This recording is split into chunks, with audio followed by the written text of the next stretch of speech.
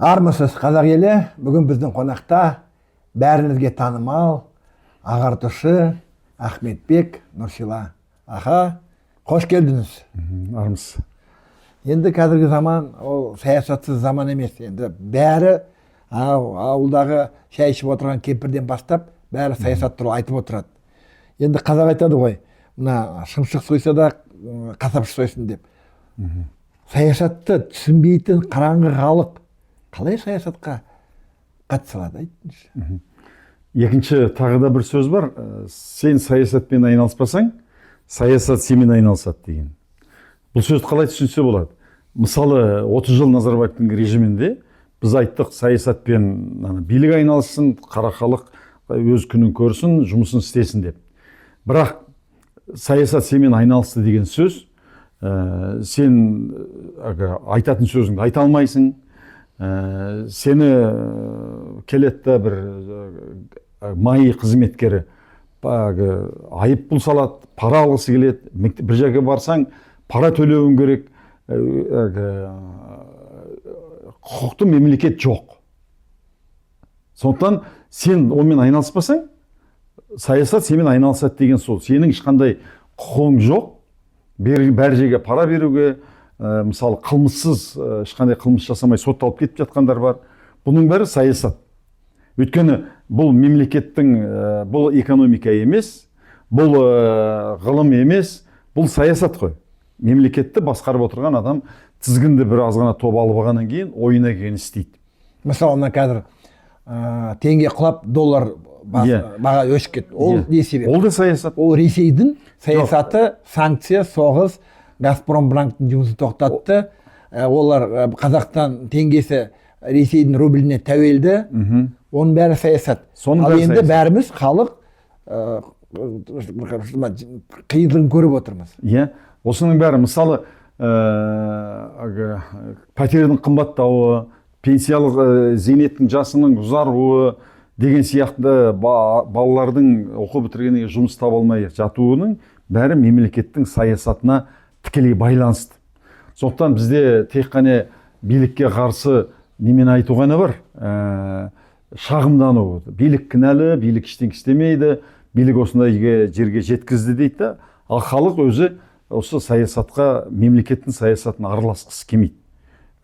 Бұл мен білмеймін, мен түсінбеймін дейді. Билікті айтады, саясатты қақыларың болмасын, шымшық сойса, қасапшы сойсын, мамандар ғана істесін деп. Менің Аманжан деген бір ағам болған, қайтыс болып кетті, Мақаншыдан, біздің ауылдан, өзі мықты ақын болған үлкен кісі. Сол кісі айтады, саясат дейді, саясат деген менің сасық қулығым екен ғой дейді. Шындығында да, егер ары қарай адам ой жүгіртіп қараса, саясат деген ол сасық қулық. Белгілі бір топтың өз мүддесін халыққа тықпалап, өз қарабасын қамын ойлауы. Сіз жаңа айтып отырсыз, халық кіріспейді деп, сонда түбінде ол не, қорқақтық па? Ол халыққа, кез келген адамға бір нәрсені санасына сіңіруге болады. Соң кейін адамды негізгі зомбылап жіберу, адамды мәңгүрттендіріп жіберу өте жеңіл. Мысалы, Гитлер бірінші дүниежүзілік соғыстан кейін, негізі Гитлердің тарихын оқысаңыз, ол әлжуаз, қорқақ, білімсіз, кішкене сурет салатын, сондай надан адам болған. Соң кейін айтады да, ол жараланып қалғаннан кейін, қайтадан соғысқа барғысы келмейді, соғысқа бару қорқады, оқ тиген адам. Сонда немістер көп психологтарды, соң кейін гипнотизерді көп қолданған екен. Адамның кішкене рухын беріп, санасын улап, қолына мылтық алып соғысқа баруға. Сонда Гитлермен де жұмыс істеген кезде, оған әбден санасына сіңірген. Сен мықтысың, сен ешкімнен қорықпайсың, сен көшбасшысың, сен адамдарға сөзіңді өткізе аласың деген немен миына құйып берген. Бұлай қасындағы әскерлер бірге қызметте болған, бірге соғысқандар айтады, қарапайым бір ефрейтор. Қорқақ ефрейтор болған, тазалығы жоқ, шаш қайызғақ болып жүретін дейді. Бірақ анау миында сондай бір өзгеріс болғаннан кейін, соны адамға миына сіңіріп берді ғой. Соң кейін ол маңайындағы адамдарға айта бастады. Бүйту керек деп, содан ақырын бір сыраханаларда әңгіме айтып жүріп, өзінің жақтастарын көбейтіп алды да, сол 34-тен 39 жылға дейін 5 жылдың ішінде кеше Германияда Бетховен, Штраус, Гёте, Шопенгауэр сияқты небір философтарды берген, небір композиторларды берген, небір ғалымдарды берген сондай интеллигентті ұлтты фашистке айналдырды. Қолдары қалт етпей адамды өртеп жіберетін фашистке айналдырды. Майк Камп деген кітап жазды ғой. Иә, Майк Кампты ол біраз оқысаңыз, мен оны орыс аудармасын оқығам. 90 жылдар бір аудара бастады ғой бәрін. Сол кезде қарасам, біраз бағдарлама жазып тұр. Неміс ұлтының өзінен бірінші орында шыққанын. Сол арқылы адам сол арқылы адам санасын улады ғой. Бұл ари істерсіңдер, сенің қаның көгілдір қан, голубая кровь. Әлемде біздің тұқым тарау керек, мықты азаматтарды алып, солардан тұқымын спермасын алып таратамыз, біз бүкіл әлемді билейміз. Әлемдегі біз ең осылай Құдайдың бізге таңдауы түскен халықпыз дегенді санаға құйды. Соның кешегі нәп-нәзік, ешкімге шыбын өлтірмейтін адамдар адамды қолы қалт етпейтін адамға айналды. Дәл сол сияқты бағана сұраққа жауап берейін. Біздің халық неге саясаттан айырылыспайды дегенде, сенің қолында тұрған ештеңке жоқ деген ұғымды бүкіл авторитарлық мемлекетте санасына құйып береді. Мысалы, Совет өкіметі кезінде біз сайлауға барамыз ба, бармаймыз ба, бәрібір кімді айтты, соны сайлайтын. Ол бір сауыншы ма, бір тракторист па, кім бар, болды, ол 100% дауыс алатын. Сайлауды мейрам сияқты қылып жасайды, бірақ кімге дауыс беріп жатсың, неге дауыс беріп жатсың, ешкім ұқпайтын оны. Әйтеуір барып бір қағаз тастау керек, соған мәз болады. Ол кезде халық қараңғылау болды. Ал қазір, мысалы, мен халық жиналған кезде айтам қазір. Атомный электростанция салғанды кім қолдайды, қол көтеріңдер десем, 100-ден астам адам келеді, бір қол көтерілмейді. Кейде бір-ақ қол көтеріледі, 2-ақ 100 адам ішінде. Айтам, егер де біз мына кесенің ішінде тұзды су бола ма, тұщы су бола ма, қандай су болады, осынан бір қасық алсақ, апар лабораторияға өткізсек, мына судың қандай екенін көрсетеді. Келісесің бе? Мына су. Сол сияқты ана 100 адам ол халықтың бір бөлшегі. Халықтың қандай екенін сол кісіге қарап білуге болады. Егер де сонда айтам, қайсыларыңыз сайлауға немен дауыс беруге, референдумға бардыңдар? Ешкім бармаған. Неге десем, ой, біздің қолымызда тұрған ештеңке жоқ. Өздерінің керек нәрсесін бәрі жасап алады деген. Сонда мен ана халық бүгін бір әйелден сұрадым. Сіз өзіңіздің мына неге қорқасыз атомный станциядан, атомный электростанциядан? Бірақ мен қолдаймын салу. Мен кішкене мына оқыған, бұны зерттеген адам ретінде, ал қара халық қолдамайды. Енді айтам, неге қарсысыз десем, мен елімде ондай атомный бомба сияқты атомный электростанцияның болғанын қаламаймын. Бала шаға өсіріп отырмын. Соны айтам, сіз бала шағаңыз, немереңіздің дұрыс елде, бейбіт елде, атом электростанция жоқ елде тұрғанын қалайсыз ғой? Я қалаймын. Сол үшін сізге көшеге шығып, біреуді соғып, төбелесіп керек жоқ. Жай ғана бару керек та, жаққа бір мынандай бір белгіні қою керек. Қарапайым ғана ана белгіні. Неге бармадыңыз? Сонда адамның санасын соғырса улап тастағаны, ана баласының, немересінің бейбіт елде, жаңағы сондай елде тұру үшін айтады, барда бір 2-ақ минут уақытың кетеді, балда бүйтіп бір немені қоя сал. Ана жерге бір белгіні, керек жоқ деген, болмаса крест белгісін қоя сал, соны істемейді. Неге істемейсің десе, ешкім айтады, бізді солай. Сондықтан халықтың санасына сенің қолыңда ештеңке тұрған жоқ, сен барсаң да, бармасаң да билік өзі істейді дегенді мен құйып берген. Демек, мына біздің Ақордаға отырған саяси технологтар мықты. Мықты, ол бүкіл Қазақстанда емес, негізгі барлық авторитарлы елде, ол Ресейде, бұрынғы постсоветтік елдердің 15-і болса, 15-інде де, ол Совет өкіметінде солай жасалды ол. Адамның қолында тұрған ештеңке жоқ, билік шешеді, байлық шешеді, ол кезде коммунистік партия бәрін шешеді, партия рөлевой деді. Қазірде біздің қолымызда тұрған ештеңке жоқ деген құйып берген. Ал енді басқа демократиялық елде, мысалы бүгін Кореяда не болып жатыр?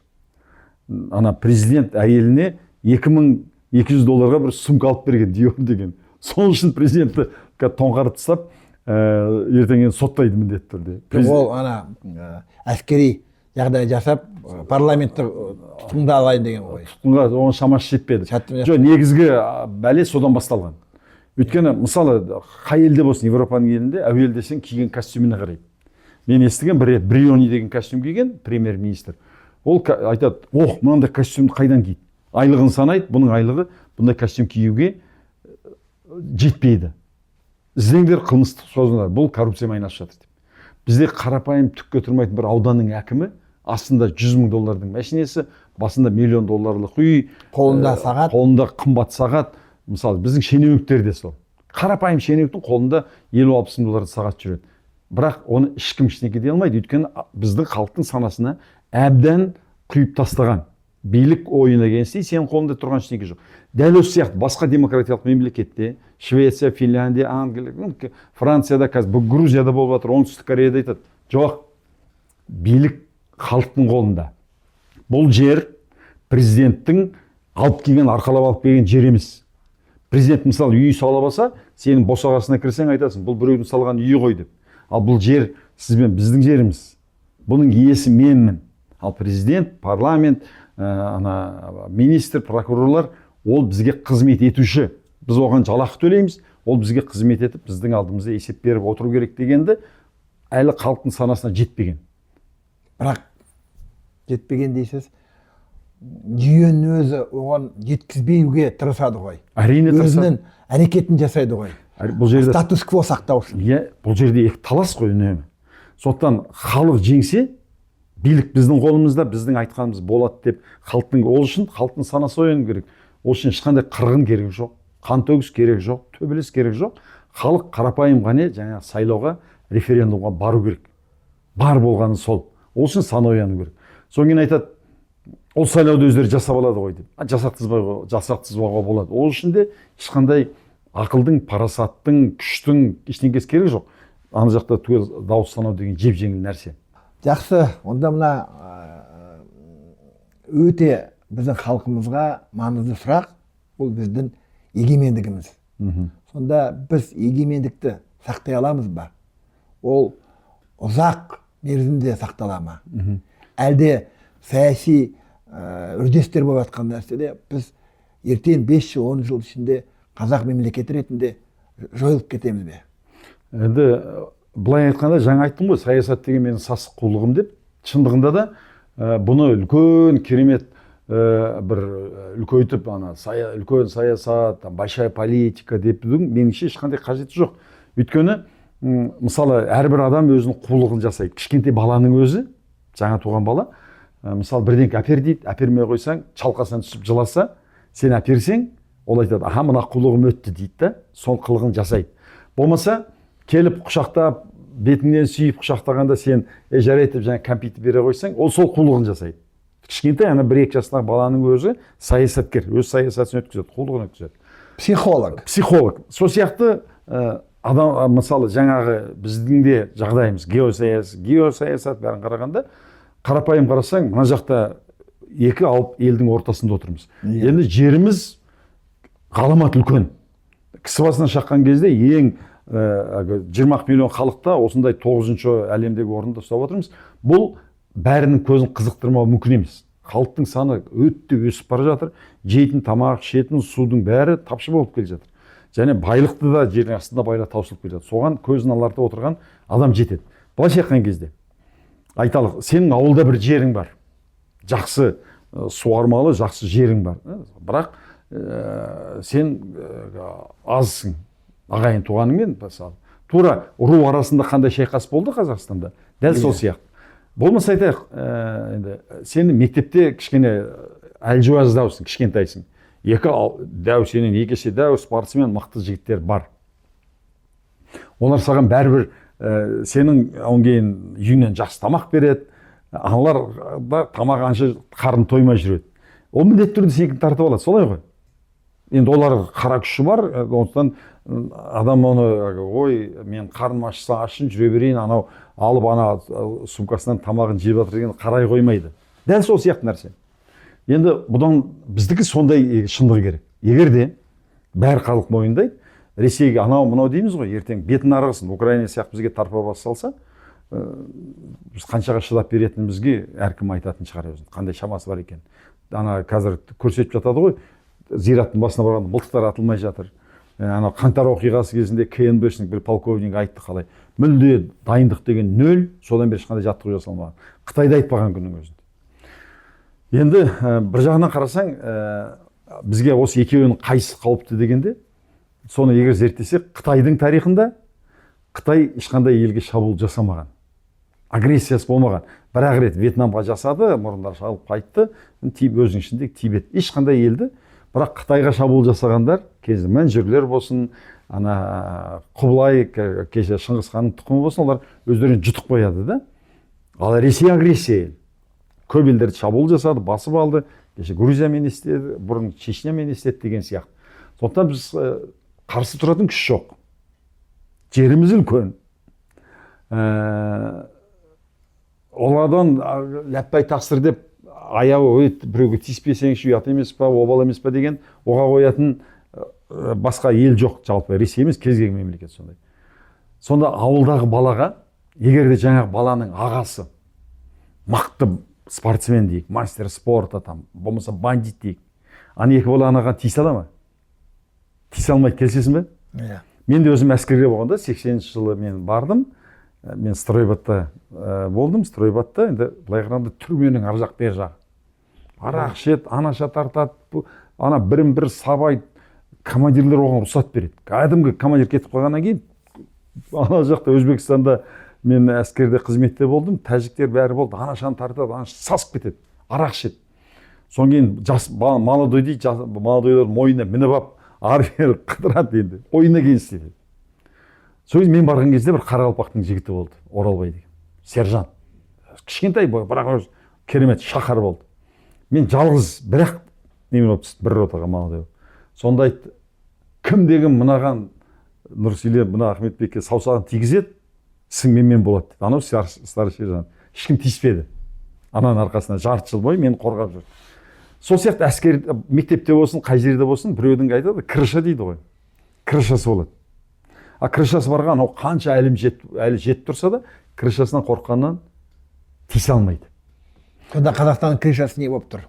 Мен ойлаймын, бізге крыша іздеу керек деп. Өзімізде жер қойнауын жатқан байлықты сатып жатырмыз. Сол арқылы біреу Америкаға, біреу Қытайға, біреу Ресейге сөйтіп бәрін көңілін тауып, сөйтіп қазір солай саясат болып тұр да. Сонда біз Назарбаевты, енді Тоқаевты сол үшін кінәлай аламыз ба? Әлде түсіну керек бізге? Назарбаев қазақтың қамы үшін ниет дұрыс болса, елімнің қамы үшін, ана бір атақты саясаткердің айтқаны бар. Мен айтады ғой, Англияда бір лордтың айтқаны да, мәңгілік досы жоқ, Англияның тек қана мүдделері бар. Мүддесі ғана бар деп те. У Англии нет вечных врагов, друзей, а есть вечные интересы дейді. Мүддесі ғана бар. Дәл сол сияқты кейбір айтады, мен өз елімнің бостандығы үшін шайтанмен де дос болатын едім деп. Егер Назарбаев айтса, қазағымның, Қазақстанның болашағы үшін мен кез келген елмен тіл табысуға дайынмын деп елдің мүддесі үшін бірден істесе, онда бөлек. Ал енді Қазақстанның байлығының 1-2% үшін 5%-ы халыққа бұйырып жатыр, қалған 95%-ын Назарбаев біразын өзі алды, қалтасын салды, қалғанын сол өзіне тиіспеу үшін шашты просто.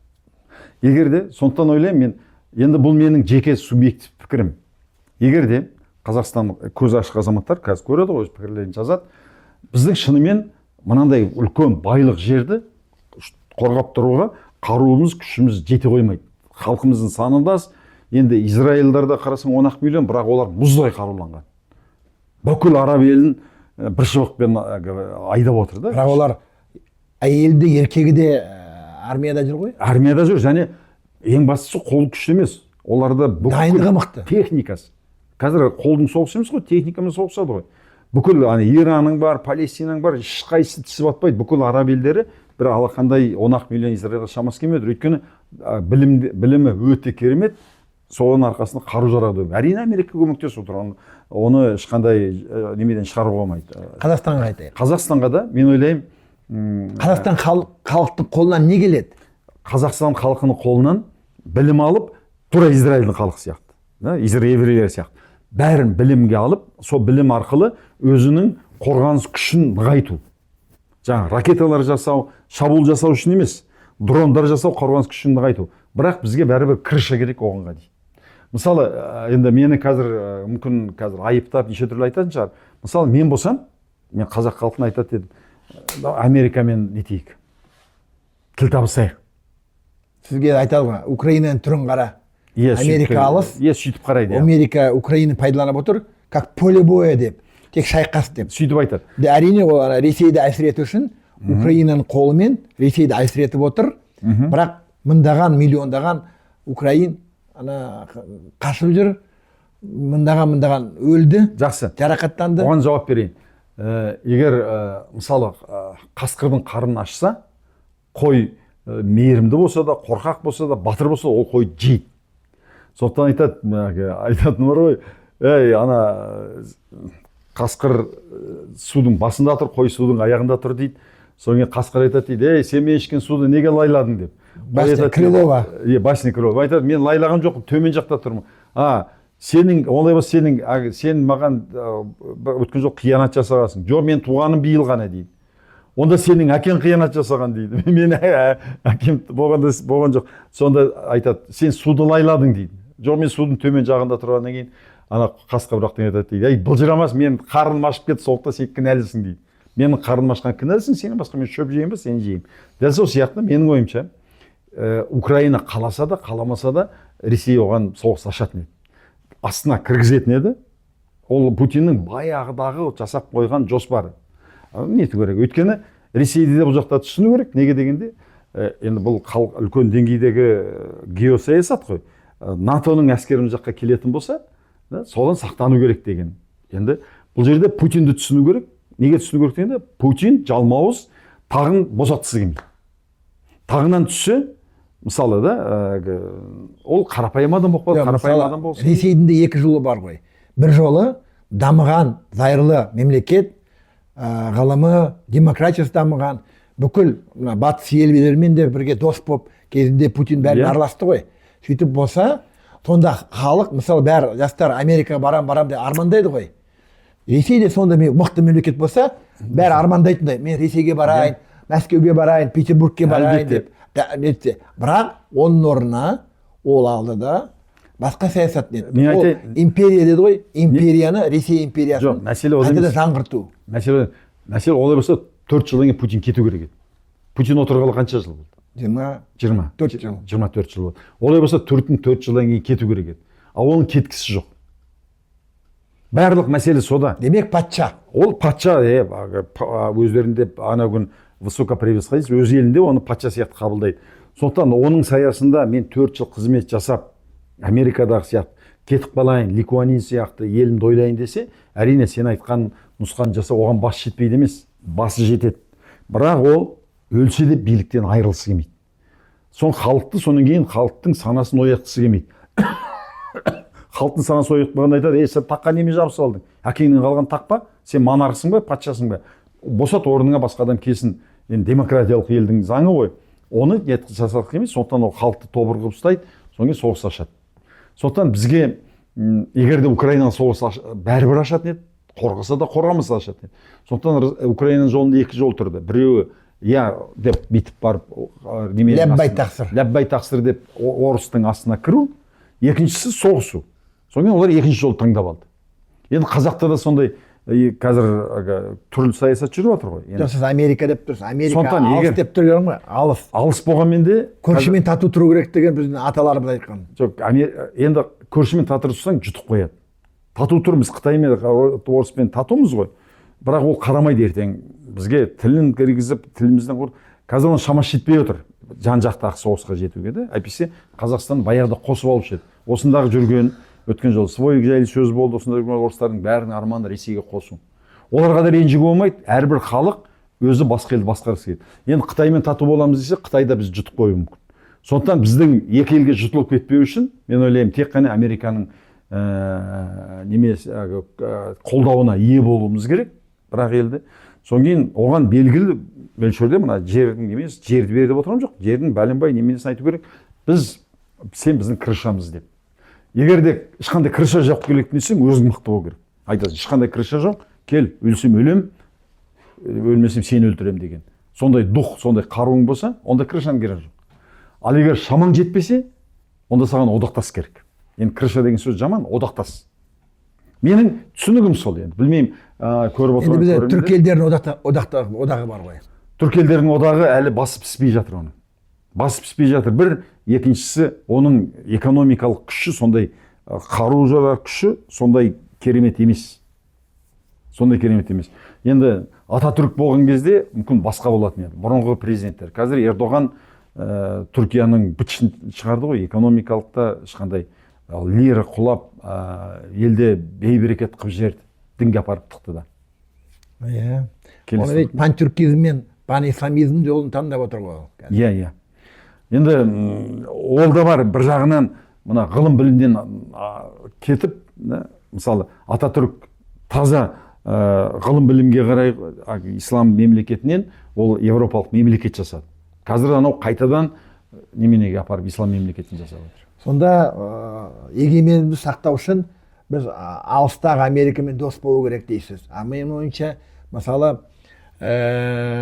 Қытаймен де Ресейде де дос бола берейік те, бірақ Азиядағы, мысалы, Жапон елі бар ғой, Жапон мен Оңтүстік Корея дамыған елдер, солардың компаниялар келсе, бізбен бірге біріккен кәсіпорындар ашса, өзінің технологиясын, өзінің менеджменттерін, кайдзен деді ғой, кіргізсе, сол жақсы болатын еді. Ол да жақсы. Егер бәрі кіріп осы жерде өз мекемелерін салса, сол мекемелер үшін бізді қорғайды. Енді ешкімнен мейірімділік күтіп қажет емес. Қытайдан да адамгершілік, мейірімділік күтіп, бұлар өз елі ғой, тұра берсін деген мейірімділік күту ол ақымақтық. Орыстан да мейірімділік күту ақымақтық. Сондықтан әр адам бұған айтады ғой, прагматичный. Адам ашық көзбен қарау керек та. Екінші жолы болмаса жаңа Корея, Жапон, Америка, Европа елдерінің осында өндірістерін біріктіріп ашып, содан кейін олар бірдеңке болса, олар өзін осы жерде қорғауға. Бірақ қалай қорғаса да, мысалы, мынандай болады, 90 жылдар бандиттер анаған кіріше, мынаған кіріше болады да, бірдеңке болғанда, мысалы, мен кірішам шақырам.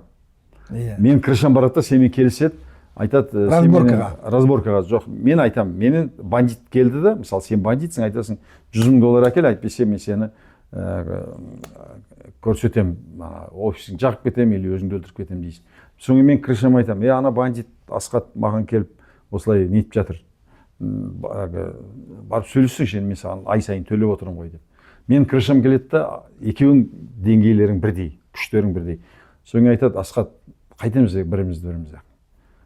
Өлтіріп, бір үшін қайдағы бір Ахметбек үшін біріміз қайтеміз. Екі бандит сөйлеседі да, біріне мен темекісін тартады, арағы ішеді, айтады, давай сен келіп айт дейді, мен Асқатпен сөйлестім, қандай қиын, көп шығын болады, анау, давай сен $50,000 бер дейді, или $200,000 бер дейді. Соңын олар келседі, бәрібір мен жем болам. Сондықтан олардың бірігіп кетуде күші бар да. Келген кезде, мысалы, айталық, осы жерде Жапонның, Демек, Ресей мен Қытай біздің жерімізді, елімізді бөліп алуы мүмкін. Әбден мүмкін. Ол бос жатқан жер жау шақырады деген ата-бабамыздан бар ғой. Біз жер түгел игере алмай отырмыз. Сондықтан қазір біздің ел мынандай жотаға қарап қойып, біздің еліміздегі үлкен қарап қойып. Ана алпауыттар бір-бірімен. Мысалы, Ресей баяғыда шабуыл жасаса, мысалы, жақтан Қытай да айтады, іргемізге келесің деген сияқты. Қытайға болса, Ресей нетіп отыр ғой. Абылай ханның кезінен бастап дипломатияны пайдаландық қой. Менің ойымша, мен Назарбаевты қанша жек көрсем де, бірақ ол кезінде де дипломатия сақталынды. Қазір Тоқаев та дипломатия жасап отыр ғой. Дипломатия арқасында. Назарбаевтың қолына үлкен карт-бланш берілді. Сол тыныштық кезде 30 жылдың ішінде Қазақстанды тура Израильдағы сияқты. Израиль жоқтан пайда болған мемлекет қой. Израиль сияқты ғылым білімге әбден күш салып, бүкіл ақшаны қару-жарақты тура Израильдағыдай мұздай қаруланып алса, өйткені ақылы бар адам білет, мынандай орасан желді ұстау үшін бізде тек қана күшпен ұстайсың. Жалынып, жағайымсып, ешкімнің артын жалап ұстай алмайсың.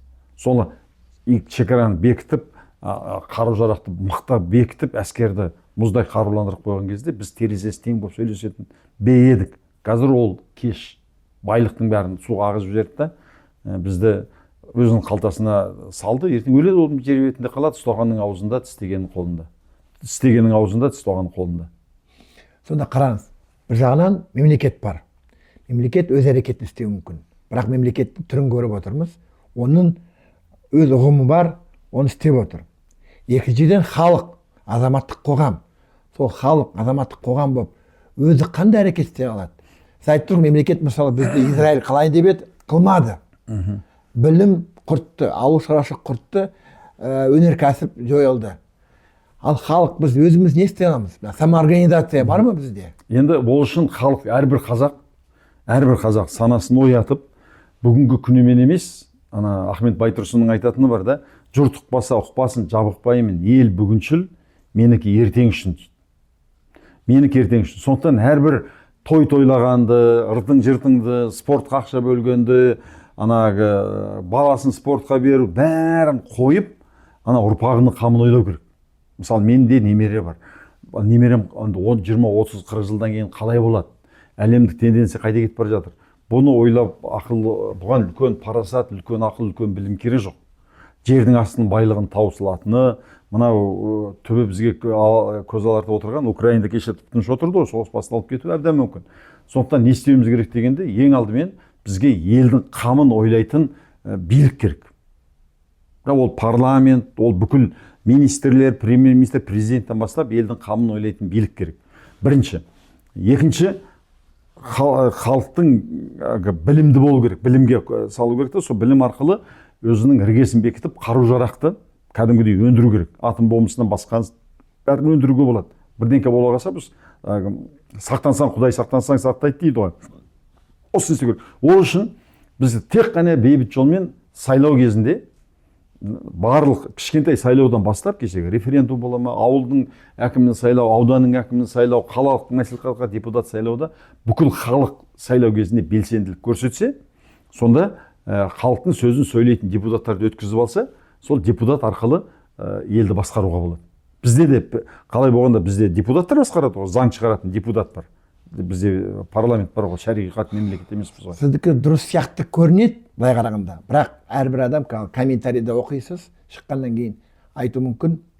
Осы елде мәселе сайлауға қатысу емес, мәселе сайлаудың нәтижесін қалай санайды дегендей. Сонда сайлау комиссиясы кімнің қолында? Олар заң сақтай ма, сақтамай ма? Түк те қиын емес. Жоғарыдағы мынау нұсқауын орындайды. Түк те қиын емес. Мысалы 2001 жылы мен марқұм Төлен Тоқтасын досым парламентке сайлауға түсті. Сол кезде бізге қарсы Дәулеттің ағасы марқұм Қайрат болды. Біз Үржары, енді Дәулеттің отандасы шығып отырмыз. Сабильянов болды, тағы бір адам болды. Ал ана Төлен түсті. Ешкім танымайды, қаланың баласы. Бизнесмен қаладағы. Енді бүкіл әкімшілік, облыс әкімі, аудан әкімі түгел бізге қарсы шықты. Бүкіл әкім. Бүкіл спортсмендер, бүкіл бизнесмендер, бәрі бізге. Оң кейін бүкіл мемлекеттік қызметкерлер, мұғалімдер, больницалар бәріне үгіттеді. Мына Төленді өткізбеңдер деп. Біз Үржардан 71% дауыс алдық. Сол қалай дегенде, қарапайым ғана ол кезде телефон ештеңе жоқ. Біз сайлау кезінде үгіт насихат керемет жүргіздік. Сайлау кезінде әрбір сайлау учаскесіне 1-2 адамнан отырғызып қойдық. Бүкіл Үржарда. Соң кейін қолында жай ғана фотоаппарат. Оған ол кезде фото, видео жоқ, бәрінде сотовый телефон жоқ. Сонда біз бір-ақ сөз айтқыздық. Сайлауда егер мынаны дауысты дұрыс алмасаң сотталасың деген сөзді бәрін айтқыздық. Сонда келген кезде мектептің директоры, басқа мұғалімдер отырады, аналар айтады: не болды анау? Анау дұрыс салған жоқ. Сотталайын деп жүрсің бе? Сотталғың келіп жүр ма деген кезде бәрін ешкім сотталғысы келмейді, жүрегі шығады. Ал дауыс санау түкке қиындық туғызбайды. Аха, ол бәрі 15-20 жыл бұрын болған нәрсе ғой. Қазіргі жағдай басқалай сияқты. Өйткені олар оның бәрін өткен, небір технологиялар бар. Мен де мына небір отставкада жүрген әкімдермен де сөйлесем, неше түрлі облыстық, аудандық әкімдер. Олар ашық айтады. Енді жоғарыдан қандай нұсқау келеді, солай орындалады. Мұғалім болсын, не болсын, оның бәрі істейміз деген. Түк істей алмайды. Сайлауға қатысып көрсең, мен бардым ғой, мен биыл қатыса алмай қалдым. Ана жаққа қатысқан түк те қиындығы жоқ. Мысалы, санай аласаң болды. Әріп танысаң, санай алсаң, үшке қосылсаң болды. Саған бір сайлау учаскесінде 2-3 мың адам бюллетенді әкеледі, 2-3 мың адам бір санап қояды. Содан кейін келген ана жақта тұрады, келген адамдар келіп санайды. Сонда сен бүйтіп отырасың. Бір адам келді, 2 адам келді, 3 адам келді деп түртіп отырасың. Тек қана ұйықтамасаң болды. 500 адам келді, 500 адам түрттің. Соңғы айтасың, төккен кезде 500-ге дейін санай аласың ғой. Ана 2500 аласың да жыртысасың. Мына 500-ді санап алдың, соң протокол толтырады, протокол қол қойып бересің. ешқандай қиындығы жоқ. Жақсы. Мен осы туралы сізбен спорласпай ақ қояйын. Жоқ, өкінішке қарай Асқат, дәл сенің де миыңа программа кіргізіп тастаған, әкімдер жоғары жақтан нұсқаулық болады. Жоқ, халық қаласа хан түйесін сояды деген қазақ. Егер халық шынымен оянса, ешқандай қиындығы жоқ. Түгел протоколға қол қойдырдың, алдың, бірдеңкесі айтасың, видеоға түсіріп аласың, сотталасың, ертең мен саған қылмыстық сот ашам. Оның құқығы бар, тәуелсіз бақылаушының. Соны алады да бір штабқа жиналады бәрі. Соны бүкіл Қазақстанды сайлаулардан шығарып береді. Мына айтады, міне, мына кісі мынасы осынша дауыс алды деп те. Егер дауыстың немесін етпесе, ертең халық митингке шығады. Жақсы. Сонда қараңыз, біз сайлау процесін айтып отырмыз. Ал одан да маңызды нәрсе бар. Менің ойымша, халық кім үшін дауыс береді? Сонда сұрақ. Қазір қарасаңыз, тіркелген саяси партия бірнеше 7-8 саяси партия бар. Оның бағдарламаларын қарап, мен өзім мысалы Қазақстан халық партиясын еттім ғой. Бұрынғы коммунист партия, социализмді, социал-демократияны біздің бағытымыз ана Европадағы сияқты, скандинавский социализм дейді сол.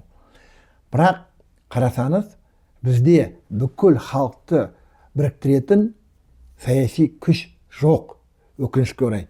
Және саяси ұлттық идея деді ғой, национальный идея, ұлттық идея, ол да болмай тұр. Әртүрлі алады. Сонда менің бір, сіз де мына Алаш ордан айтып жүрсіз, Ахмет, Алихан, басқа кісілерді. Бірақ Алаштың идеясы, ұлттық идея бола ала ма? Болады. Ал айтыңыз дәлелінде. Енді бұл жерде бізге жаңа ұлттық идеяны, болмаса халықтың көзін ашуды, дядя Сем Америкадан келіп жасап бермейді. Дядя Ваня да жасап бермейді. Бұны сізбен біз жасауымыз керек. Сондықтан көз ашық оқыған адамдар, Ахмет Байтұрсын айтады, халықтың сөзін, халықтың жұмысын істелесе, біреу айтады дейді, елім жаман, біреу тұрған жерім жаман деп айтады. Ең қиын жаман жер Абақта, Абақтыда да кітап жазып болады, бұл кісі Абақтыда кітабын жазған, Міржақта, Ахметтерде. Сол сияқты, егер көз ашық сізбен біз сияқты жігіт адамдар көбірек болып, халықтың санасы көбірек болса, соң сол адамдар халықтың алдына шықса, мысалда, мен осылай, ұлттық идея бар, Алаштың идеясын осылай іске асырайық деп. Алаштың идеясы тек ол қарапайым идея, билік халықта, Әлихан Колчакпен де, большевиктермен де, уақытша мемлекетпен де, бәрімен неткен кезде, келіссөз өткізген кезде, соңғы меньшевиктермен де, кадет партиясын өткізген кезде де үш талап қойған. Біріншісі қазаққа автономия бересің, екіншісі жер сатылмайды, қазаққа да басқаға сатылмайды, именно қазаққа сатылмасын деп. Үшіншісі дінісі мен мемлекетсіз бөлек болсын деген. Үш талапты бәріне қойып шыққан. Ол Алаштың идеясы деген осы. Халықтың салтын, тілін, дәстүрін сақтап, Европаның ғылым мәдениетін меңгерсе, Алаштың идеясы осы. Жер сатылмасын, неге жер сатылмасын дегенде, жер сатып алса қазақ, содан байшыкиштер келеді, жерін сатып алады, қазақ жерсіз қалады. Башқұрттарда дәл сондай жағдай болды. Дін мемлекет ісіне араласпасын. Үшіншісі қазақтың егемендігі. Осы идея ол әкетіп бара жатқан аспаннан жауған бір сұмдық идея емес, қарапайым ғана идея. Жер сатылмасын дейсіз, Палестинаны көріпті, Палестинаның трагедиясында кезінде өз жерін еврейлерге сатып жіберіп айырылып қалды ғой жерінен. Бірақ 2003 жылы Иманғали Тасмағамбетов премьер-министр болғанда қазақтың жері сатылсын деп сөйтіп айғай-шу көтерді ғой депутаттар. Соны қалай айтуға болады? Енді ол да қысқа бүгінгі күнмен өмір сүреді. Бүгінгісімен ертең өзінің баласы, өзінің немересі қандай елде өмір сүретінін олар көп толғандырмайды. Бір екіншісі ақша жинап алған адамдардың бәрінде қосымша неменесі тұратын жерлер бәрінде. Европада бар жақта алып тастаған. Соң сен күл болмасаң күл бол. Басқа не? Әйтпесе. Көріп тұрмын, мысалы, әрбір либералдық экономистер айтады, экономика даму үшін жер оборотта болу керек. Сонда, жоқ, олардың сөзі. Сонда көнді, Иманғали да көнді, Назарбаев та соның бағытын берді. Ал қазір 24 жыл бітіп жатыр, 25-ші ширек ғасыр өтті дейік. Нәтиже қандай? Сонда нарық экономикасы ауыл шаруашылықта ешқандай нәтиже бермеді. Мына бірен-саран бір-екі үлкен агрофирманы айтпай-ақ қояйық, олигархтар, латифундистер. Жалпы қарапайым халық ауылда амалсыздан үйлерін тастап қалаға көшіп жатыр. Өйткені ауылда күн жоқ, күн көру жоқ, өз-өзін асыра алмайды. Ол үлкен Назарбаевтың қателігі, үлкен ауыл шаруашылықтарын жекешелендіріп жіберді, бөліп тастағаннан кейін, мысалы мен туған ауылымда бұрын К700 үлкен тракторлар болды, одан кейін жайлауда мал болды, соған бару үшін сен қанша километр жүруің керек. Сол жақтан жерді берді, оны кім қалай шағын шаруашылық 5-10 адамнан, 20 адамнан, 5-6 адамнан тұратын шаруашылық, анау жаққа егін егіп, оған жол салып, оның шамасы келмейді. Біз Европа емеспіз. Европада Лукашенко сияқты колхоз сақтап қалу керек. Сақтап қалу керек еді. Бүкіл колхоз сақтап қалған кезде Лукашенко, бірақ Белоруссияда мен көп болдым. Ода мына ауылдан кейін бір 5-10 шақырымнан кейін келесі ауыл да тығыз орналасқан. Содан кейін әрбір ауылда өзінің мектебі бар, өзінің моншасы бар, өзінің емханасы бар. Ал бізде ана жаққа барып қалай ол крестьян хозяйство тұрады, баласын қайтып оқытады. Сондықтан бізде тек қана біздің Қазақстанның жағдайында халық аз, жер үлкен жерде тек қана үлкен ауыл шаруашылық мекемелері ғана жан сақтап тұра алады. Шағын шаруашылықтар тракторды бөліп алды, техниканы бөліп алды да 1-2 жыл ішінде қиратта қалды. Бір жағынан латифундистер туралы жаман сөз айтылады. Латифундисті керек емес, бүкіл жерді құртты деп. Екінші жағынан ірі латифундист ол кім? Іскер адамдар қолынан іс келетін, мысалы ұсақ фермер болады ғой, қолынан түк келмейді, жағдайы да жоқ. Сонда ірі латифундистпен ұсақ фермерлер біріктіріп, колхоз демей-ақ қояйық, кооператив, сельский кооператив, ауыл кооператив, агрокооператив жасап, солай жасауға болады ғой. Енді ол үшін үлкен мемлекеттік бір өте қатал заң, қатал күш керекті, ананың жерінен өлсе беріспейді ғой енді. Ол жер жекеменшіктендіріп алғаннан кейін ол өлсе беріспейді, техниканың бәрін. Латифундист деген кім? Ол ата бабасынан бәленбай ғасыр бойы ата бабадан жетіліп ана немене жасаса, сол байлық жинаса, ол әңгіме басқа. Кешегі 70 жыл бойы Совет өкіметі жинаған жерді бір күн алды да бір кісіге бүйтіп бере салды. Сіз айтып отырсыз, мен де сөйтіп ойладым. Бірақ 16 жылы жер митингісі болды ғой. Содан кейін не бір ақпарат оқығанда сатылған 2-3% ғана. Қалғандары 49 жылға жалғаға берген. Жалғамен қолдарынан жинап алған. Демек, сол оны қайтадан алуға болады ғой. Қайтадан алуға болады. 49 жылға оны мемлекет енді ес ретінде. Егер мемлекетте саяси келісім шартты шешім қабылданса, политическая воля дейді ғой. Болды. Енді оларда оңай беріспейді, қырғын ақшалар бар, миллиондаған ақшалар бар, олар неше түрлі неменені жасайды. Көбі енді ресейлік ағайындарға барады, өйткені бәрі орыстарға ұстап отырған. Жақсы. Латифундистер. Енді соңғы сұрағым берейік, осы әңгімемізді осында қарайық. Соңғы сұрағым, Қазақстан болашағы қандай болады? Оны 5 жылдың ішіндегі болашақ қандай? Сіздің ойыңыз? Енді болашақты болжау ең бір қалай ақымақтық дейді, өйткені прогноз дело неблагодарное дейді. Қалай болатынын ешкім білмейді. Ертең қалай болып кететінін, мысалы Америкада кім президент болды, Ресейде қалай болып келеді дегенді ешкім болжай алмайды. Кездейсоқ небір жағдайлар, оқиғалар болуы мүмкін. Мысалы қазір Сирияда аяқ астынан соғыс басталып кетті. Ресей енді мына жағы былай, мына жақта неменеге қарап отыр да. Украинаға да, ана жаққа да шамасы жетпейді деген сияқты. Енді Сирияның да күні Қазақстан сияқты. Сириядағы соғыс ешқандай соғыс емес. Ол Сириядағы соғыс арабтардың мұнайының Европаға бармауы. Әйтпесе айдаладағы Асадты қорғайтындай қайбір қимас кетіп қалды Путиннің, орыстардың да. Айдаладағы соғыс болып отырған не алталас бес береш жоқ, біреу үшін жанын төгіп барып, қаруын беріп, әскерін беретін дейді. Тек қана егер де кімнің мұнай өтетін болса, Ресейдің мұнай өтпей қалады. Шикізат. Сол үшін болып жатқан қырғыз соғыс. Сирия халқы ол жақтан енді солдың ішіндегі екеуінің екі өгіз сүйкөнісі арасында шыбын өледі дейді ғой. Сүйіп жатыр, арасында алындар өліп жатыр. Бізде сол сияқты неше түрлі жағдай болып кетуі мүмкін, бірақ ертең не болады деп қарап отыра бермей, менің осында шығып уақытымды бөліп, бұл менің жұмысым емес. Менің өз кәсібім бар да, сен шақырғаннан келіп жатырмын. Ана о дүниеде тозақтан оты жанып жатыр дейді.